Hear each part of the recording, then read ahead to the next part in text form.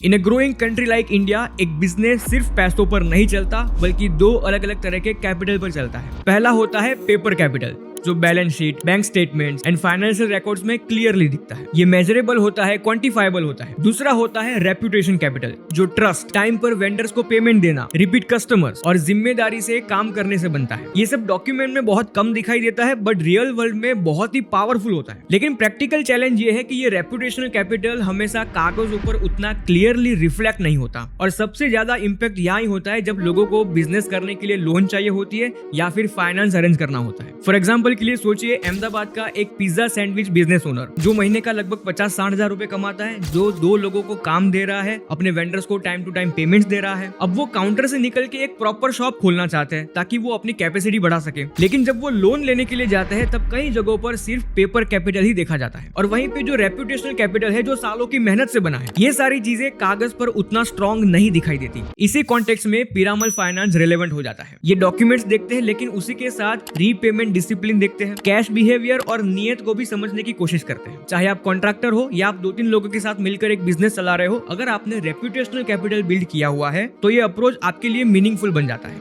आज पिरामल फाइनेंस के 500 plus branches का एक स्ट्रॉन्ग नेटवर्क है जहां आप अपने ग्रोथ प्लान्स को बिजनेस कॉन्टेक्स्ट के साथ डिस्कस कर सकते हो या उनकी वेबसाइट पे डिटेल में समझ सकते हो।